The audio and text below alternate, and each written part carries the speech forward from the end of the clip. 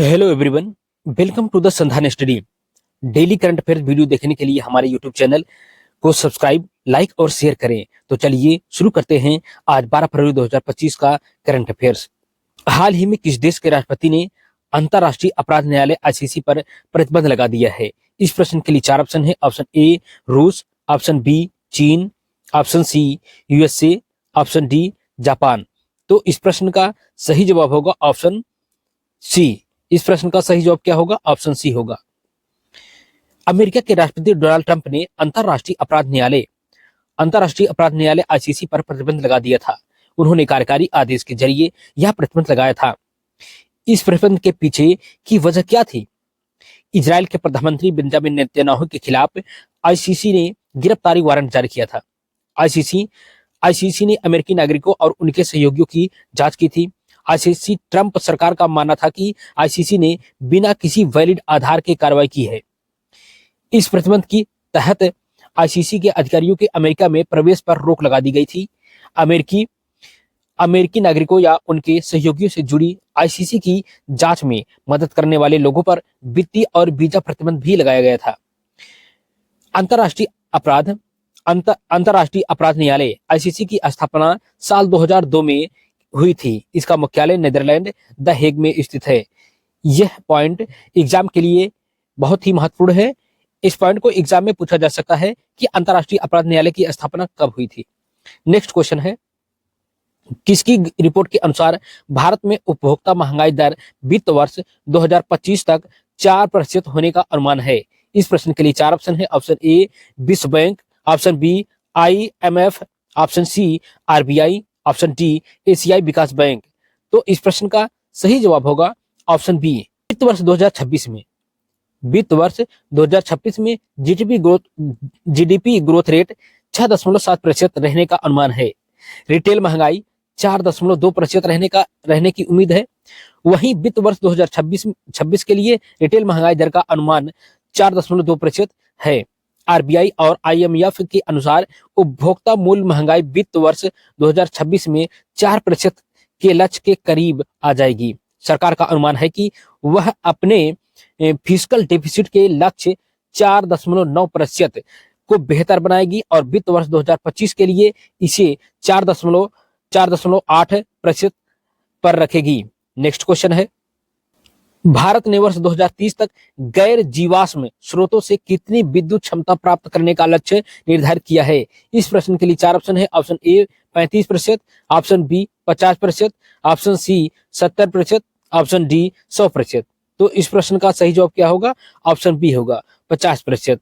RE स्रोतों से विद्युत उत्पादन की भारत की पहल।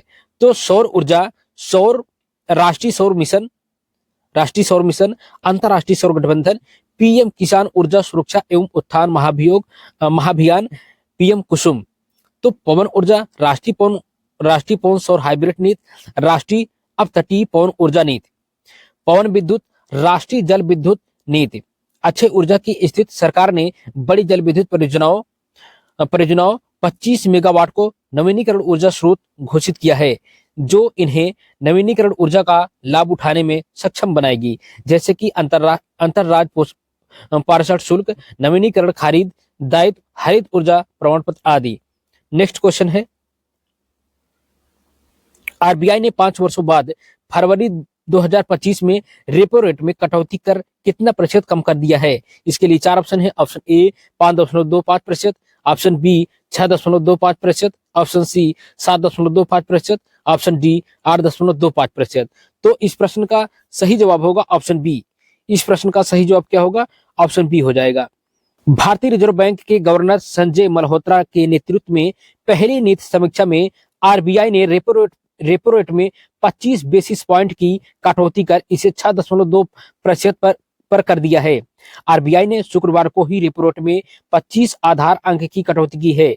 इस कटौती के बाद रेपो रेट 6.5% से घटकर 6.25% रह गया है। बीते 5 वर्षों में यह पहली कटौती है। उधर SBI रिसर्च ने कहा है कि यदि महंगाई का रुझान अनुकूलन बना रहता है तो आरबीआई अप्रैल में रेपो रेट में एक और कटौती कर सकता है।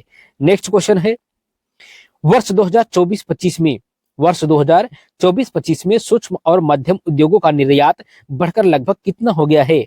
इसके लिए चार ऑप्शन है। ऑप्शन ए 10.40 लाख करोड़ रुपए, ऑप्शन बी 11.40 लाख करोड़ रुपए, ऑप्शन सी 12.40 लाख करोड़ रुपए, ऑप्शन डी 13.40 लाख करोड़ रुपए।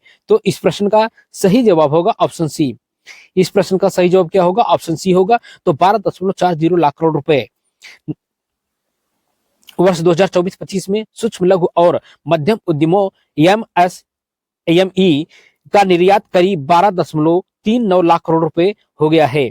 यह साल 2020-21 में 3.95 लाख करोड़ रुपए से बढ़ा है।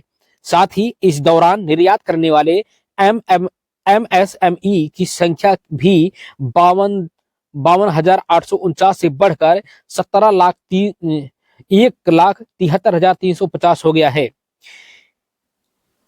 एमएसएमई के विकास को प्रोत्साहित करने के लिए सरकार की पहल सूक्ष्म और लघु उद्यमों के लिए क्रेडिट गारंटी कवर को 5 करोड़ रुपए से बढ़ाकर 10 करोड़ रुपए कर दिया गया है।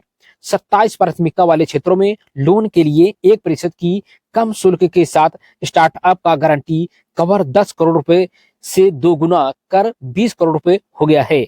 नेक्स्ट क्वेश्चन है, किस देश ने हाल ही में संयुक्त राज्य अमेरिका के साथ व्यापार युद्ध के तहत अमेरिकी आयात पर निर्यात नियंत्रण और बढ़े हुए टैरिफ की घोषणा की है? इस प्रश्न के लिए चार ऑप्शन दिए गए हैं। ऑप्शन ए इंडिया यानी कि भारत, ऑप्शन बी चीन, ऑप्शन सी रूस, ऑप्शन डी दक्षिण कोरिया। तो इस प्रश्न का सही जवाब होगा ऑप्शन बी। इस प्रश्न का सही जवाब क्या होगा? ऑप्शन बी होगा। चीन ने अमेरिका के साथ व्यापार युद्ध के तहत अमेरिकी आयात पर टैरिफ लगाने और निर्यात नियंत्रण लगाने की घोषणा की है। यह कार्रवाई अमेरिका के टैरिफ लगाने के जवाब में की गई है। अमेरिका और चीन के बीच व्यापार युद्ध शुरू होने के पीछे की वजह क्या थी? अमेरिका को लगता है कि चीन अमेरिकी कंपनियों के कंप्यूटर नेटवर्क में साइबर घुसपैठ करता है। अमेरिका को लगता है कि चीन अमेरिकी कंपनियों द्वारा स्थानांतरण को शुरू किया गया है। अमेरिका को लगता है कि अमेरिकी कंपनियां और असेंबलियां इन कंपनियों में निवेश करती हैं। नेक्स्ट क्वेश्चन है, किस देश ने हाल ही में अपने एक राजनयिक को जासूसी के आरोप में निष्कासित किया है? इसके लिए चार ऑप्शन है। Option A Bharat, option B United Kingdom, option C France, option D Germany. तो इस प्रश्न का सही जवाब होगा ऑप्शन बी। इस प्रश्न का सही जवाब क्या होगा? ऑप्शन बी होगा। तो रूस ने जासूसी के आरोप में ब्रिटेन के एक राजनयिक एडवर्ड क्लिक्स को निष्कासित कर दिया था। रूसी सुरक्षा एजेंसी एफएसबी ने यह आरोप लगाया था। रूस के आरोपों के मुताबिक एडवर्ड क्लिक्स ने रूस में प्रवेश करने से पहले अपने बारे में जानबूझकर गलत जानकारी दी थी। वह खुफिया और रूस विरोधी गतिविधियों में शामिल था। इससे रूस की सुरक्षा को खतरा पैदा हो सकता था। नेक्स्ट क्वेश्चन है, हाल ही में सरकार ने कितने उत्पादों के लिए गुणवत्ता नियंत्रण आदेश QCO अनिवार्य कर दिया है? इस प्रश्न के लिए चार ऑप्शन है। ऑप्शन ए 150 उत्पाद, option B 175 products, option C 200 products, option D 225 product. तो इस प्रश्न का सही जवाब होगा ऑप्शन ए। इस प्रश्न का सही जवाब क्या होगा? ऑप्शन ए होगा 150 प्रोडक्ट। सरकार ने 150 से ज्यादा उत्पादों के लिए गुणवत्ता नियंत्रण आदेश QCA अनिवार्य कर दिया है। इनमें घरेलू उपकरण, औद्योगिक सामग्री और फर्नीचर शामिल है। QCA के जरिए सरकार का मकसद है कि घटिया माल के आयात को रोकना, उपभोक्ताओं को बेहतर क्वालिटी के उत्पाद मुहैया कराना, घरेलू विनिर्माण को बढ़ावा देना, भारतीय मानकों को बेहतर बनाना। QCA से जुड़े कुछ और तथ्य। QCA के तहत उत्पादों का उत्पादन, बिक्री, व्यापार, आयात और भंडारण तभी किया जा सकता है जब तक कि उन पर भारतीय मानक ब्यूरो BIS का चिन्ह न हो। QCA के उल्लंघन करने पर, पहली बार अपराध करने पर 2 साल तक की जेल या कम से कम 2 लाख रुपए का जुर्माना हो सकता है। QCA के तहत पीने योग्य पानी की बोतलों के लिए तांबे, स्टेनलेस स्टील और एल्यूमिनियम से बने बोतलों के उत्पादन और आयात के लिए IIS मानक के तहत प्रमाणीकरण अनिवार्य है। नेक्स्ट क्वेश्चन है, international big cat alliance IBCA का मुख्य उद्देश्य बिग कैट की कितनी प्रमुख प्रजातियों का संरक्षण करना है? इसके लिए चार ऑप्शन है। ऑप्शन ए 5 प्रजाति, ऑप्शन बी 7 प्रजाति, ऑप्शन सी 9 प्रजाति, ऑप्शन डी 11 प्रजाति। तो इस प्रश्न का सही जवाब होगा ऑप्शन बी। इस प्रश्न का सही जवाब क्या होगा? ऑप्शन बी होगा। तो भारत में बिग कैट के संरक्षण का प्रयास एशियाई परियोजना लायन, प्रोजेक्ट हिम तेंदुए, प्रोजेक्ट चीता, प्रस्ताव संरक्षण अधिनियम 1972, राष्ट्रीय passport board NBWL, project tiger. तो इतने परियोजनाओं में से महत्वपूर्ण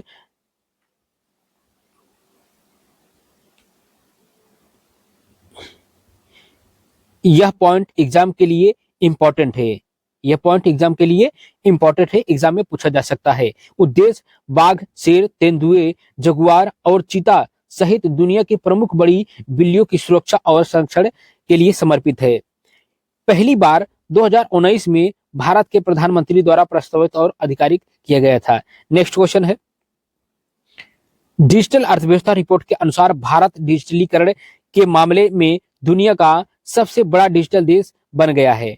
तो इसके लिए चार ऑप्शन है। ऑप्शन ए पहला, ऑप्शन बी दूसरा, ऑप्शन सी तीसरा, ऑप्शन डी चौथा। तो इस प्रश्न का सही जवाब होगा ऑप्शन सी। इस प्रश्न का सही जवाब क्या होगा? ऑप्शन सी होगा। तो भारत की डिजिटल अर्थव्यवस्था रिपोर्ट 2024 की मुख्य विशेषताएं क्या थी? भारत की अर्थव्यवस्था डिजिटल की स्थिति, अर्थव्यवस्था साझेदारी, डिजिटलीकरण के संदर्भ में भारत विश्व की तीसरी सबसे बड़ी डिजिटल अर्थव्यवस्था बन गया है। अमेरिका और चीन के बाद भारत तीसरी अर्थव्यवस्था डिजिटल अर्थव्यवस्था बन गया है। व्यक्तिगत उपयोगकर्ताओं के डिजिटलीकरण के मामले में यह G20 देश में 12वें स्थान पर है, जो औसत उपयोगकर्ताओं के डिजिटलीकरण में कमी को शामिल करती है। डिजिटल इंडस्ट्री का योगदान वर्ष 2022-23 में डिजिटल इंडस्ट्री ने सकल घरेलू उत्पाद में 11.74% का योगदान दिया, जबकि वर्ष 2024-25 में 13.42% का योगदान होने का अनुमान था। इसमें 2.55% कार्यबल आर्किटेक्चर से 5 गुना अधिक है। इसमें गिरावट वर्ष 2029-30 तक हो सकती है। डिजिटल अर्थव्यवस्था कृषि और विनिर्माण को पीछे छोड़ते हुए सकल घरेलू उत्पादों में 1/5 20% का योगदान करने की उम्मीद है। तो डेली करंट अफेयर्स वीडियो में बस इतना ही। मिलते हैं नेक्स्ट वीडियो में, तब तक के लिए चैनल को लाइक और सब्सक्राइब करें। जय हिंद।